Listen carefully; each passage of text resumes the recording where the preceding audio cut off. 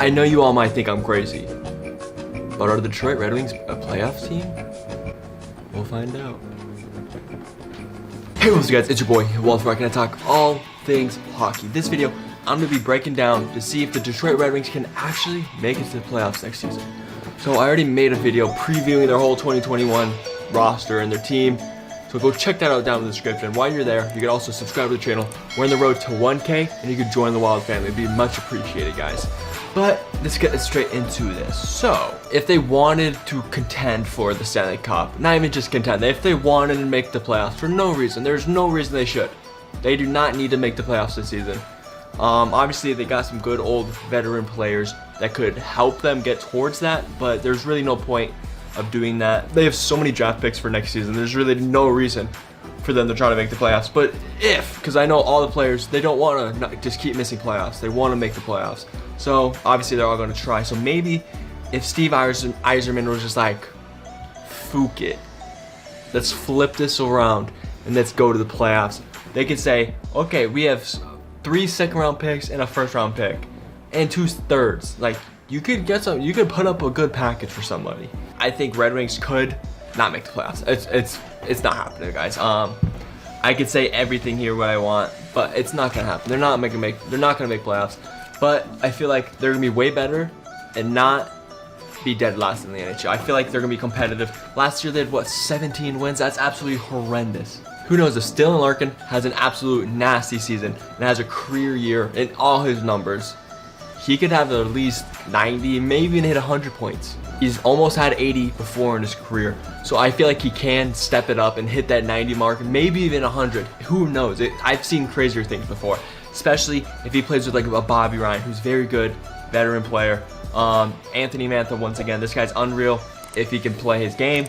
So I feel like if that's a first line right there, that's absolutely nasty. Maybe if like a Nemestikov, I don't know much about him right there, but those 3 players on the first line, I think Larkin could go pop off next season.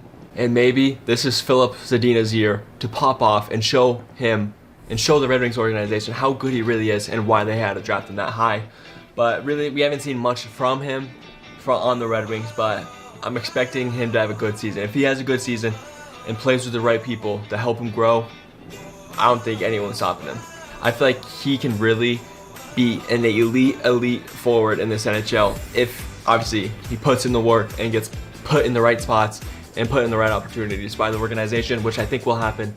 So I think Filip Zadina will be nasty in the NHL starting from this next season. Though who knows? He can help the Red Wings right there to pop off. Even if you look at the defense here, they got better. They got Troy Stecher, John Merrill, Mark Stahl. Like, that's some good pieces. Obviously, Mark Stahl is a little old, but Troy Stecher and John Merrill, I know John Merrill might not be the best and won't do much, but I feel like Troy Stecher is actually very good and can help the defense right there automatically. But I feel like if they work together perfectly, fit at the lines, and see how that works, I think they'll be nasty. I think Mark Stahl's veteran presence with a Danny DeKeyser, who's pretty good, with the Troy Stecher, the young man on the defensive end, and especially with Filip Hronek coming up and keep playing well with the team, I think Red Wings are deep here. Obviously, they're not the best, but I feel like they're not the last in the league for sure. So I feel like this season they could flip that around and maybe get like 10th, bottom 10, it's fine. As long as you're not bottom 5, I think it's a win for the Red Wings. Even though if I were them, I want to be dead last again. If I were them, I want to be bottom 3 so I can try to get the first overall pick, even though they're very unlucky getting that. But I feel like it's the best for them to not win this season once again. But it'd be better for their fan base and everyone watching their games to be at least competitive, at least win more than like 25 games. Comment down below which players on the Red Wings you think they should go for if they want to. Do you think their roster is going to be better than last season? I think it is 100%, especially with those free agency pickups. But who knows? Obviously, Red Wings could be dead last again, which they kind of want to be to get that good pick. But overall, Red Wings got better, and I feel like their fan base should be happy about what Steve Yzerman is doing.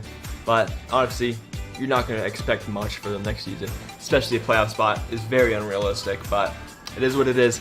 Red Wings are definitely on the rise right now, so Red Wing fans should definitely keep their heads up high and actually enjoy watching their games this season.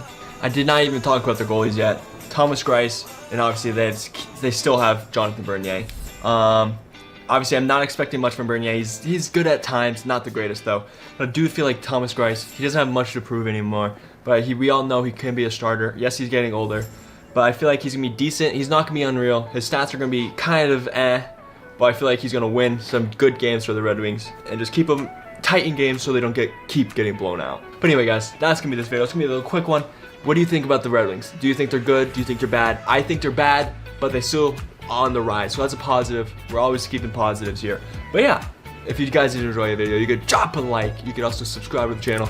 I'd greatly appreciate it. We're on the road to 1K, and you could join the Wild family. It'd be much appreciated. Thank you, and I'll see you guys in the next little video.